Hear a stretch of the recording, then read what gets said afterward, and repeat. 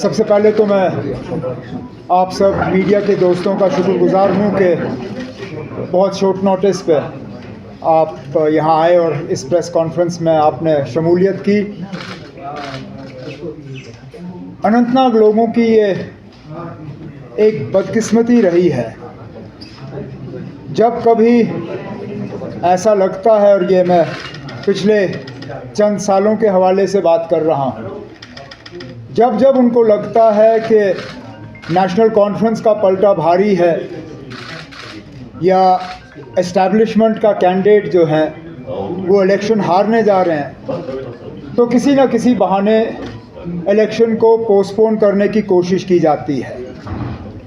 अगर आप दोस्त याद करें तो 2017 में भी ऐसा ही एक साजिश के तहत अनंतनाग असेंबली हल्के के लोगों को जो है डिसएनफ्रेंचाइज किया गया था। उस वक्त बीजेपी और पीडीपी की कोalition हुकूमत के दौरान चीफ मिनिस्टर साहिबा का भाई जो है वो उम्मीदवार था।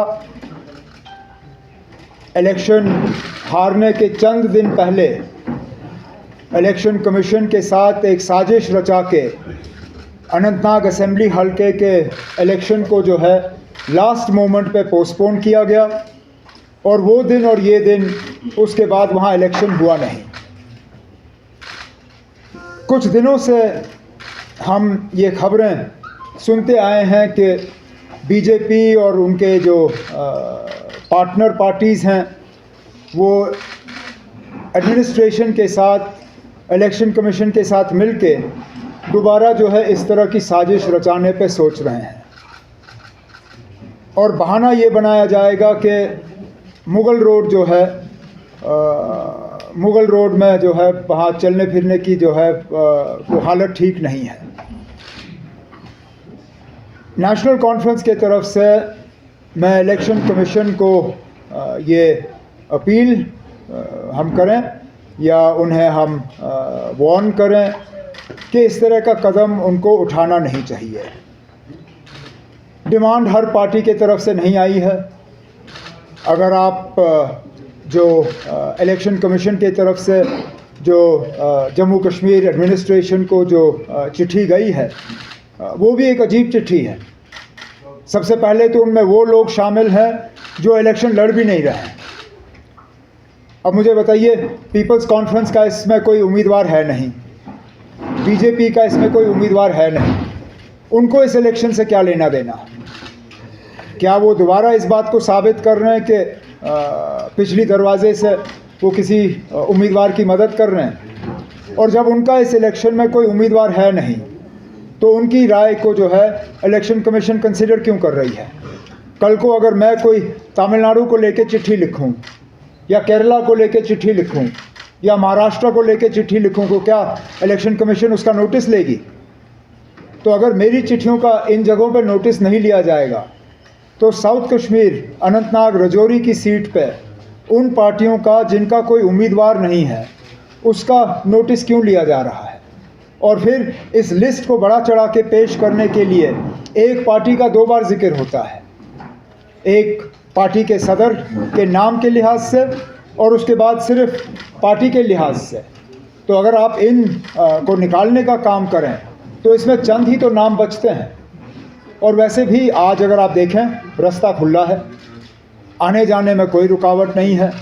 चलिए, अगर एक आध दिन बारिश पड़ भी जाती है तो इतना कोई रास्ता खोलना जो है इतना मुश्किल है नहीं। और अगर मेरे खुद के उम्मीदवार हैं, ये खुद कहते हैं कि अगर किसी वजह उनका प्रोग्राम जो है मुगल रोड से नहीं होता तो इनको कोई परेशानी नहीं है, ये रियासी से होते हुए इलाके में पहुंच के वहाँ अपना कैंपेन का शेड्यूल जो है वो चालू रखेंगे। तो इलेक्शन कमीशन जो है उनका फ़र्ज़ बनता है कि वो हर पार्टी जो है उनकी व्यूज़ को कंसिडरेशन में लाएं। अगर हमारे व्यूज़ को नज़रअंदाज किया जाता है तो उसका सीधा सीधा मतलब हम ये निकालेंगे कि जो है एक सोची समझी साजिश के तहत वहाँ इलेक्शन के साथ जो है खिलवाड़ करने की कोशिश की जा रही है और ये चीज़ जो है लोग इसको बहुत इसका जो मायने निकलेगा वो अच्छा नहीं होगा। अब आपके अगर कोई सवाल हैं तो मैं सवालों का जवाब देने की कोशिश करूँ commission and we will release it to all of you as well. So what prompted them to decide to get it? I can't tell because I don't see how, I mean, in what way they feel that they will benefit themselves. But clearly, let's accept that the BJP doesn't do anything that it doesn't see a benefit to itself from. The fact that all its subsidiary parties are included in this list, including those parties that have not fielded candidates in this election, tells you everything you need to know as to why this conspiracy against the voters of Anantnag Rajouri Parliament constituency has been hatched. But we will, as a party, take a very dim view of a decision that postpones this election. There is absolutely no need to postpone the election, even if for some reason the Mughal Road closes for a few hours. If they can keep roads to Kargil open, if they can keep roads to Gurez open, if they can keep roads to Tangdhar open, if they can keep roads to Keran open, if the road to Matsil can be kept open, then there is absolutely no reason why this road cannot be kept open, unless of course the administration wants to join in this conspiracy to tinker with the mandate of the people of Rajouri and Anantnag Parliament constituency. Sir People's Conference ने यहाँ पे की थी request अपनी party से हमें यहाँ पे नॉर्थ कश्मीर में सपोर्ट किया जाए और उन्होंने वहाँ पे इनको सपोर्ट किया है, मतलब अपनी पार्टी के कैंडिडेट को। कैसे आप उनके उस देख रहे हैं उस चीज़ को जो उन्होंने यहाँ पे? मैंने ये पहले भी कहा है, फिर दोहराऊंगा, मेरी लड़ाई जो है किसी एक फ़र्द या किसी एक तंजीम के ख़िलाफ़ नहीं है।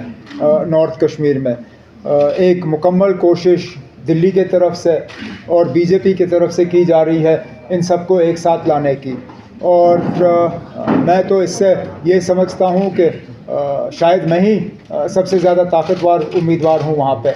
नहीं तो कल तक तो मुझे टूरिस्ट कहा जा रहा था। अब बजाय मुझे ये समझाइए ना, अब अगर टूरिस्ट को हराने के लिए ये सब करने की ज़रूरत है तो जाहिर सी बात है कि टूरिस्ट ने उनको बहुत ज़्यादा डराया हुआ है। और काश मैंने हिम्मत करके वहाँ कागज़ भरे, काश सजाद लोन साहब ने हिम्मत करके श्रीनगर में कागज़ भरे होते, हम भी देखते टूरिस्ट कौन है। उमर साहब, एक चिट्ठी लिखाई गई है इन पार्टीज की तरफ से इलेक्शन कमीशन को और इलेक्शन कमीशन ने रिपोर्ट मांगी है। क्या आपको डर है कि चुनाव पोस्टपोन होंगे? ना, ये इस तरह का जो हम देखते हैं ये पहली बार नहीं हो रहा है। और आप देखें, जैसे कहा गया था ना, क्रोनोलॉजी समझ लीजिए, आप क्रोनोलॉजी समझिए। ये पहले इन चीज़ों को पब्लिक डोमेन में एक हफ्ता 10 दिन पहले लाया गया था, जबकि रास्ता खुला था। कैंपेन का सिलसिला जो है उसमें कोई रुकावट थी नहीं। यहाँ तक कि जिसने सबसे पहले इसको पब्लिक डोमेन में लाने का काम किया था उसने रजौरी पुंछ जाने की कोशिश भी नहीं की थी। यहाँ घर बैठे बैठे सबसे पहले सोशल मीडिया के ज़रिए अपील की थी कि इलेक्शन जो है वो पोस्टपोन होना चाहिए। और आप देखिए ना, अब ये लोग किन से मिलके ये सारा कुछ कर रहे हैं। बीजेपी अपनी पार्टी जिनका कोई उम्मीदवार पीसी जिनका उम्मीदवार इस मैदान में है नहीं, उनके तरफ से इस तरह का अपील करना, उससे शायद आप ये समझ सकते हो कि इलेक्शन कमीशन पे बहुत ज़्यादा दबाव बनाने की कोशिश की जा रही है।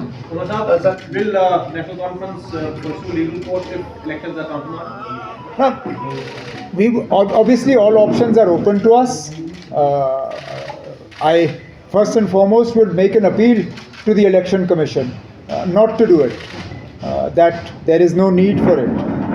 There is absolutely no need. If anything, the election commission should issue a directive to the J&K administration to ensure that the road is kept open. That's all the election commission needs to do. This government is perfectly capable of keeping this road open. I've been chief minister for 6 years. I know what our capabilities are. I know how capable our R&B department is. I know the machinery that we have. I know the manpower that we have. I know that there is absolutely no reason that the Mughal Road cannot be kept open at the end of April. If this was January or February, yes, I myself would have had concerns about our ability to keep this road open, but not at the end of April. That said, if the Election Commission chooses to ignore what we are saying, then we will consider the option of going to court as well. Umar साहब national conference अगर आपका हो गया ना?